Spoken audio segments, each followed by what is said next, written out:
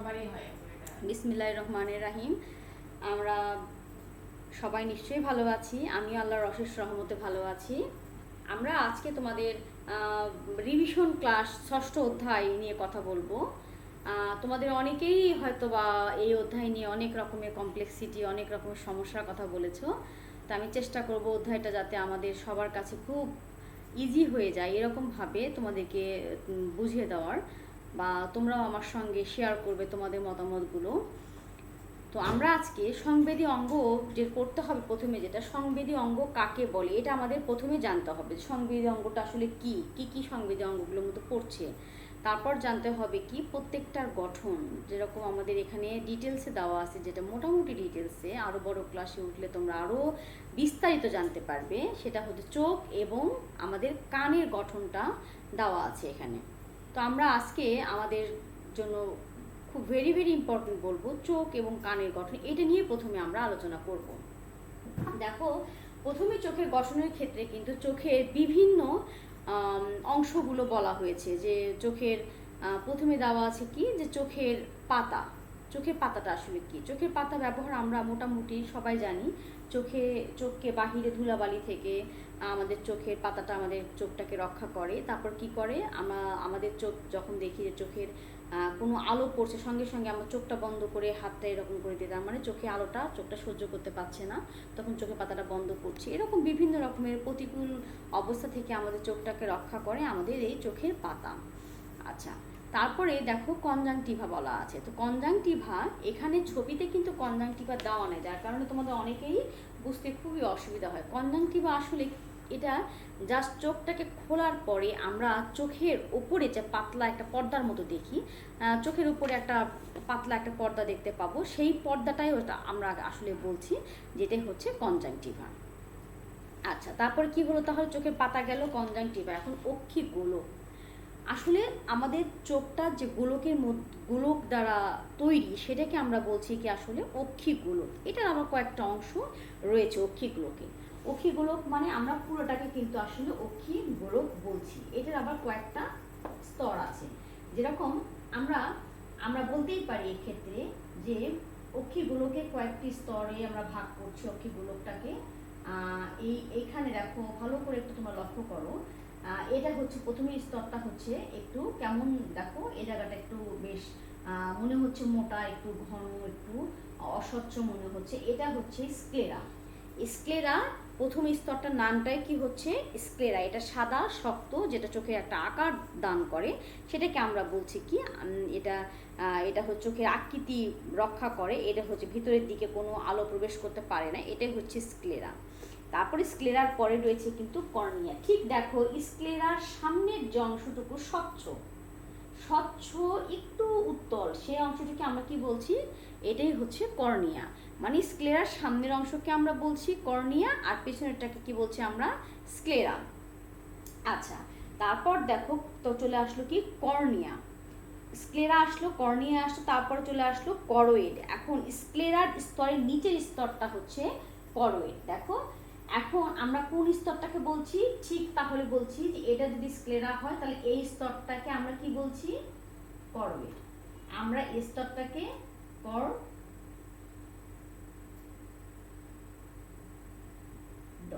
Choroid, এই স্তরটাকে আমরা কি বলছি, করোয়েড। করোয়েড স্তরটাকেও তোমাদের বইতে কিন্তু উল্লেখ করে দেওয়া নেই, যার কারণে আমরা কিন্তু এটাকেই ধরে নেব কি করোয়েড।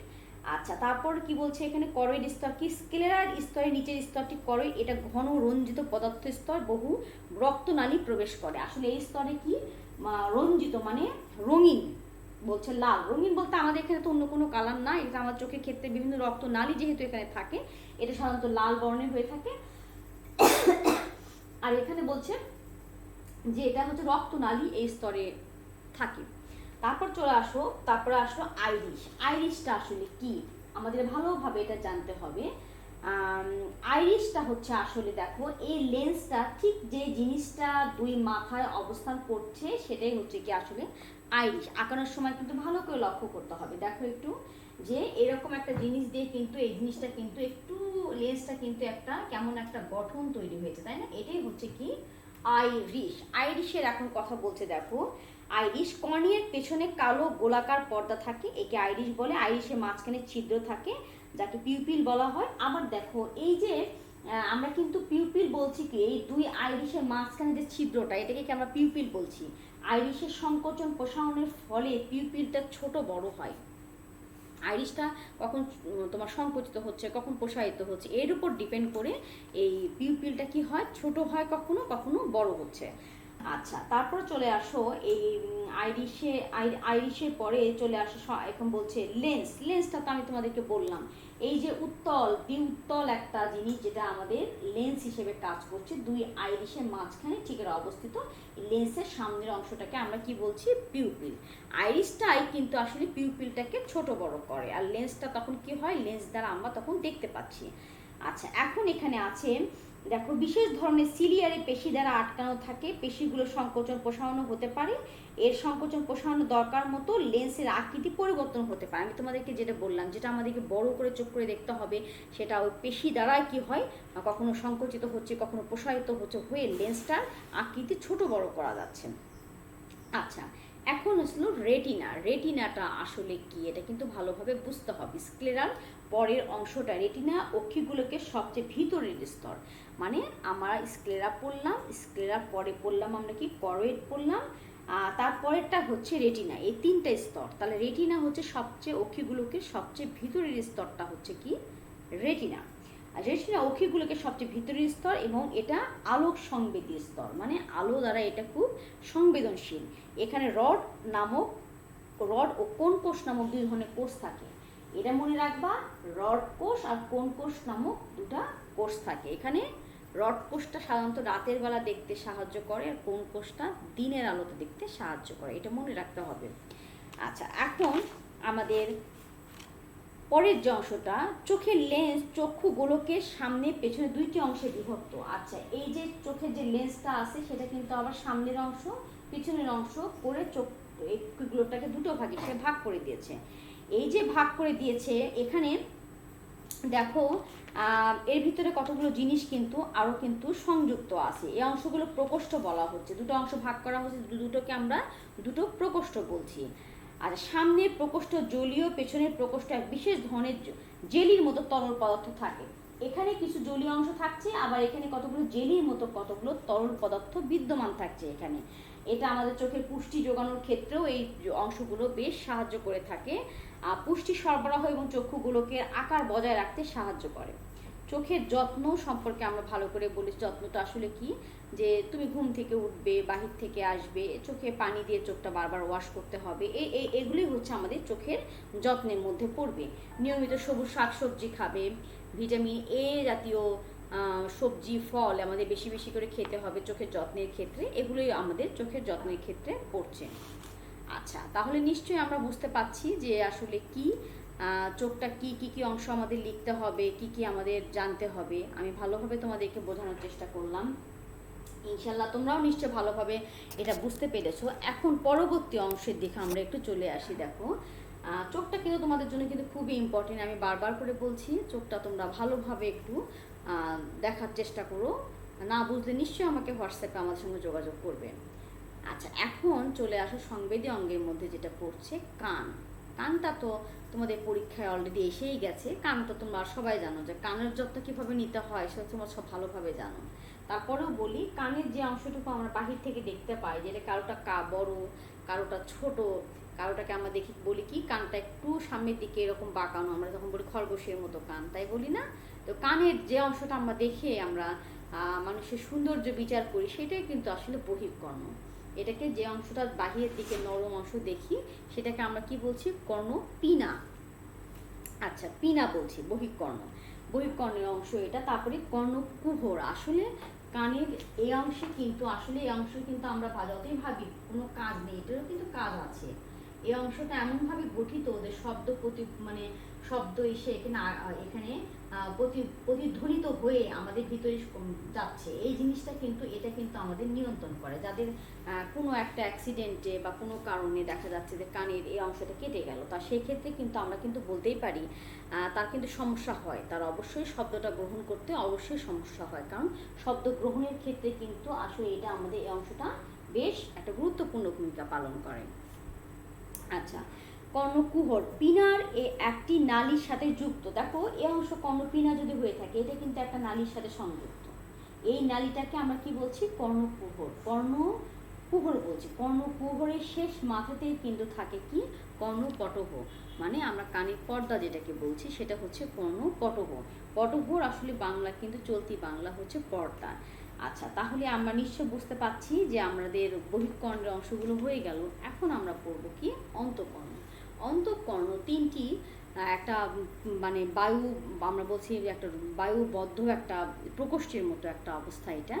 এখানে মধ্যকর্ণে, বহিঃকর্ণ এবং অন্তঃকর্ণের মাঝে মধ্যকর্ণটা বা আমরা বলছি মধ্যকর্ণ অবস্থিত। এই মধ্যকর্ণে একটা বায়ুপূর্ণ থলি, তার মধ্যে ম্যালিয়াস, ইনিকাস, স্টেপস বলতেছি, এই তিনটা স্টেপস, এই তিনটা হাড়ের সমন্বয়ে গঠিত। সবচেয়ে আমাদের মানব দেহের কিন্তু সবচেয়ে ক্ষুদ্র হাড়ই কিন্তু স্টেপস, মানব দেহের সবচেয়ে ক্ষুদ্র হাড়। আচ্ছা, তাহলে দেখো আমি মোটামুটি তোমাদেরকে মধ্যকর্ণ সম্পর্কে একটু বললাম। এখানে কি হয় আসলে অস্থি সমূহের মধ্যে শব্দ তরঙ্গ, আসলে মধ্যকর্ণটার কাজই হচ্ছে বহিঃকর্ণ থেকে অন্তঃকর্ণের শব্দটা গ্রহণ করে নিয়ে যাওয়াটাই হচ্ছে এর কাজ।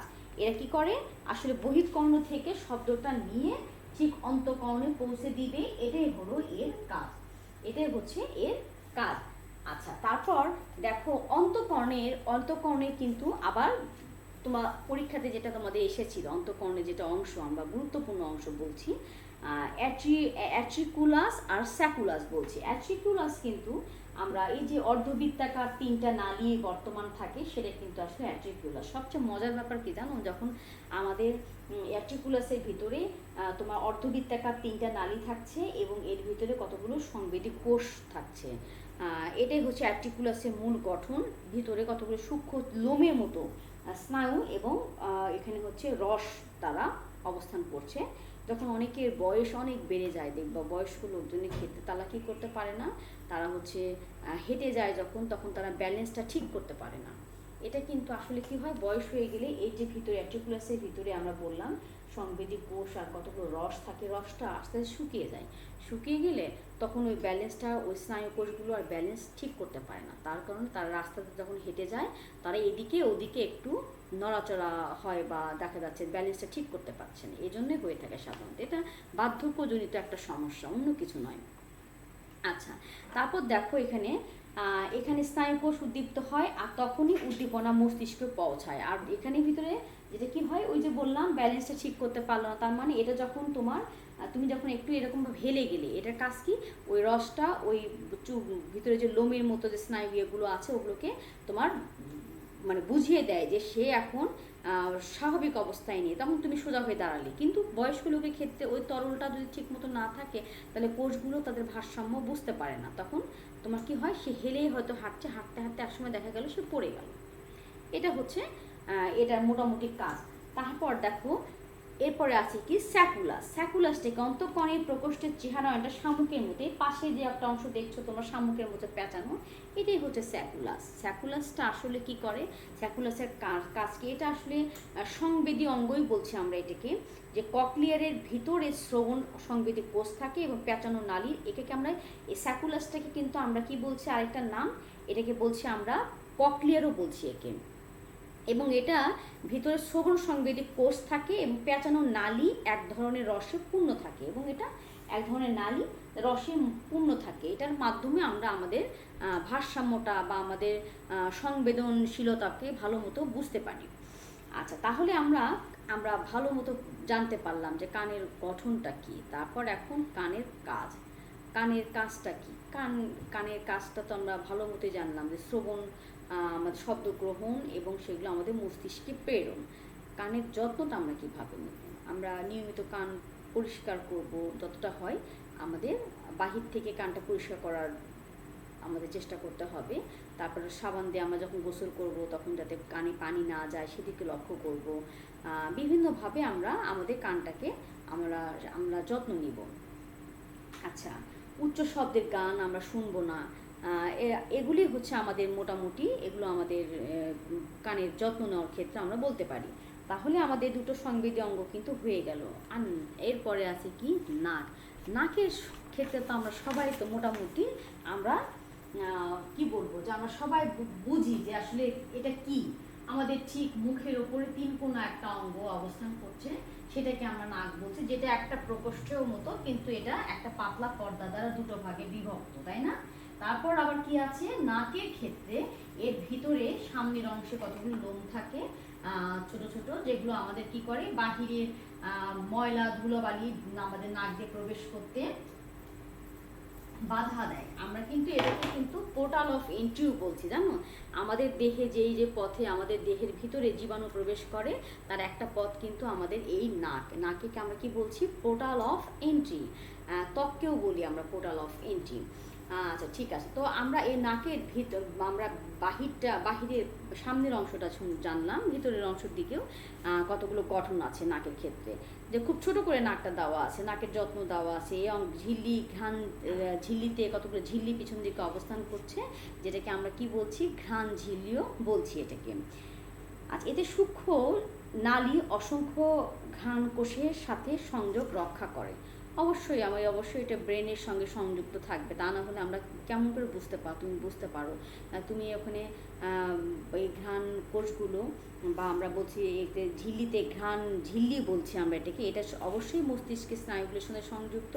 যাতে তুমি যখনই দেখছো তোমার আম্মু ইলিশ মাছ রান্না করছে, তুমি গন্ধ পেলে বলছো মা, খুব খুশি, তখন খুব তোমাকে পড়তে বললো, তুমি পড়াশোনা করলে, কেন আজকে মাংস রান্না হচ্ছে, আজকে পোলাও রান্না হচ্ছে, তার মানে তুমি গন্ধ পেয়ে গেছো, তুমি বুঝতে পারছো তুমি ভালো মতো পড়াশোনা না করলে মা খেতে দিবে না, তো তুমি ভালো মতো পড়াশোনা করছো, তাই না? তার মানে এটা মস্তিষ্ক তোমাকে এই ঝিল্লির সঙ্গে মস্তিষ্ক অবশ্যই সংযোগ রয়েছে। আচ্ছা, তারপর জিহ্বা। জিহ্বা তো তোমরা তো এটা সম্পর্কে আরও ভালো জানো, তাই না? আমার চেয়ে ভালো বলতে পারবে, তাই না? তা আমাদের জিহ্বার যেটা পড়তে হবে সেগুলো বলি। আমাদের এখান থেকে পড়তে হবে নাকের গঠনটা একটু পড়ে নিবে তোমরা, নাকের কি কাজ, পিছন দিকে কি অবস্থান করছে, এটা ভালোভাবে পড়তে হবে এটা। আর জিহ্বার ক্ষেত্রে যেটা জিহ্বার অংশগুলো তোমরা একটু ভালো করে তোমরা জানবে যে এখানে কোন অংশ, এখানে আমরা জানি 3টা ভাগে, আমরা 4টা ভাগে ভাগ করেছি। এখানে হচ্ছে আমরা কি বলছি, দেখো টক, 2 সাইডে টক, আর তো হচ্ছে এখানে হচ্ছে তিতা, এখানে হচ্ছে টক, এখানেও টক, এখানে মিষ্টি আর কি নোনতা বা লবণাক্তও বলতে পারি, মিষ্টি আর নোনতা, এই দুটো স্বাদ আমরা জিহ্বার এই অংশ দিয়ে গ্রহণ করতে পারি।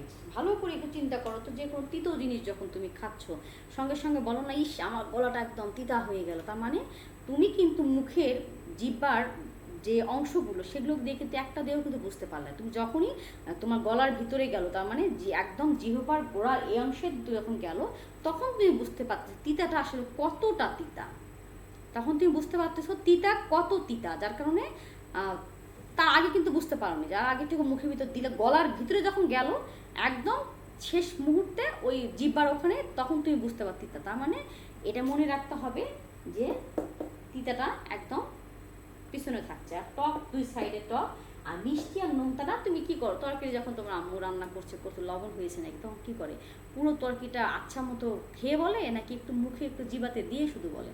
তার মানে জিবার অগ্রভাগে দিয়ে বোঝা যায় কতখানি মিষ্টি হয়েছে, কতখানি লবণ হয়েছে। তার মানে এই দুটো স্বাদ আমরা আমাদের জিহ্বার সামনের অংশ দিয়ে বুঝতে পারি। আচ্ছা, তাহলে তো মোটামুটি সংবেদীয় অঙ্গ সম্পর্কে আমাদের জানা হয়ে গেল।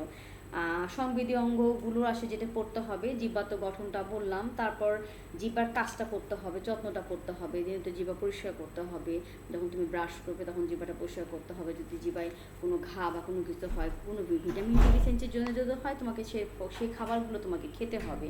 তারপর চলে আসো ত্বক। এখন আমরা পড়বো ত্বক নিয়ে। ত্বক কিন্তু আসলে দুটো ভাবে আমরা ত্বককে ভাগ করেছি, একটা হচ্ছে বলছে কি এখানে উপচর্ম বলছি আমরা বা বহিস্থ ত্বক, একটা অন্তচর্ম বা অন্তত্বক বলছি, দুটো ভাগে ভাগ করছি। তারপর এখানে উপচর্মের ক্ষেত্রে বলা হয়েছে যে হাতে, উপচর্মের ক্ষেত্রে বলা হচ্ছে উপচর্ম হচ্ছে ত্বকের বাহিরের আবরণ, যেরকম হাতের তালু বলছি আমরা, পায়ের তালুর কথা বলছি, এগুলো আমরা বলছি উপচর্ম। ঠোঁটের বাহিরের অংশ, মুখের বাহিরের অংশ, গায়ের বাহিরের অংশ, এগুলো হচ্ছে আমাদের। আর উপচর্ম থেকে কিন্তু আমাদের চুল ও নখের তৈরি, আমরা বলছি চুল নখের উৎপত্তি উপচর্ম থেকে। তারপর অন্তচর্মের কথা চলে আসুন। অন্তচর্মটা আসলে কি? অন্তচর্মটা আসলে আমাদের উপচর্মের ভিতরে অবস্থান করছে, এখানে বিভিন্ন গ্রন্থি অবস্থান করবে, ধর্মগ্রন্থি, তৈলগ্রন্থি, শ্বেত গ্রন্থি অবস্থান করছে। তারপর হাতের তালু, পায়ের তালু, এগুলোতে কিন্তু যে অংশগুলো আমরা দেখতে পাই যে বেশ সাদা, সেগুলোতে শ্বেত গ্রন্থির পরিমাণ খুব বেশি, যার কারণে অংশগুলো ওরকম আমরা সাদা দেখতে পাই, যেগুলোতে লোম থাকে না। আচ্ছা, করতল পদতলে শ্বেতগ্রন্থির সংখ্যা বেশি। আচ্ছা, তাহলে ত্বকের কাজটা আমাদের করতে হবে। ত্বকের কাজটা কি তোমরা ভালো জানো, দেহের ভিতরের অংশগুলোকে রক্ষা করাই হচ্ছে ত্বকের কাজ। আমাদের দেহ শরীরকে বাহিরের জীবাণু থেকে রক্ষা করাটা হচ্ছে ত্বকের কাজ। তারপর কি, আমাদের ক্ষতিকর পদার্থ আমাদের দেহ থেকে বিভিন্ন গ্রন্থির মাধ্যমে বের হয়ে যাচ্ছে। ধর্মগ্রন্থি কী করছে, তোমার যদি দেখবে যে অনেকে বলে না যে এটা এটা আমাদের করা কখনোই ঠিক না, অনেকে বলে, অনেকে যেটা মেয়েদের ক্ষেত্রে বেশি এসব চিন্তা করে, ছেলেরা অতটা চিন্তা করে না। মেয়েরা বলে কি, যে আমার মুখ খুব ঘামে, আমি কি করব, আমি কি পাউডার ব্যবহার করব, না ক্রিমটা ব্যবহার করব। কিন্তু দেখা যাচ্ছে কি, যে এই ধর্মগ্রন্থির মুখগুলো তুমি যদি বন্ধ করে দাও, এই যে মুখে দিলা, তুমি গায়ে দিলা, খুব ঘামছে, ঘামটা আসলে ভালো। যখন তুমি ঘেমে যাবে তখন তোমার কি হবে, শরীর থেকে কতগুলো বজ্র পদার্থ ঘামের সঙ্গে বের হয়ে যাবে, তুমি সুস্থ থাকবে। কিন্তু তুমি যদি সেগুলোকে বন্ধ করে দাও, লোমের গোড়াগুলো বন্ধ হয়ে যাবে, এতে দেখা যাবে তোমার মুখে কিছুদিন পর কতগুলো বিভিন্ন রকমের কতগুলো তোমার ব্রণ ধরনের বলতে পারো, ইচিং ধরনের বলতে পারো বের হবে। তার মানে তুমি সেই জিনিসগুলোকে যে ঘাম বের হওয়ার যে পথগুলো, সেগুলো তুমি বন্ধ করে দিয়েছো, তাহলে ওগুলো নিশ্চয়ই লোমের গোড়াগুলোতে জমে গেছে, এবং একটা সময় দেখা যায় ফুলে ফুলে তোমার মুখে একটা ক্ষতিকর কতগুলো একটা জিনিসের সৃষ্টি হবে, যেটা তোমার জন্য খুবই পীড়াদায়ক বলতে পারো। তাহলে এই জিনিসগুলো মাথায় রাখতে হবে, যে যা স্বাভাবিক তাই সুন্দর। আচ্ছা, তাহলে আমার ত্বকের গঠন সম্পর্কে আমরা জানলাম, সব কিছু জানলাম আমরা। তাহলে আমাদের এই অঙ্গগুলো, সংবেদী অঙ্গগুলো যত্ন নেওয়ার জন্য আমরা ঠিক মতো কী করবো, আমরা খাওয়া দাওয়া ঠিক মতো করবো, আমরা যত্ন নিব এগুলোর, তাহলে আমরা সুস্থ থাকবো, তাই না? আমরা অতিরিক্ত কোনো কিছুই আমরা ব্যবহার করার চেষ্টা করব না, তাহলে আমরা এই অঙ্গগুলো আমাদের দ্বারাই ক্ষতিগ্রস্ত হয়ে যাবে, তখন আমাদেরই ক্ষতি হবে। তো আমরা আজকে পড়লাম আমাদের শরীরে খুব ইম্পর্টেন্স কতগুলো পার্ট নিয়ে। তো আমি আশা করব তোমরা জিনিসগুলো বুঝতে পারবে। তারপর কি যদি কোনো সমস্যা থাকে আমরা হোয়াটসঅ্যাপে নিশ্চয়ই তোমাদেরকে এগুলো অ্যান্সার দিব। আর তারপরেও বলি, সবাই সুস্থ থাকো, ভালো থাকো, আল্লাহ হাফেজ।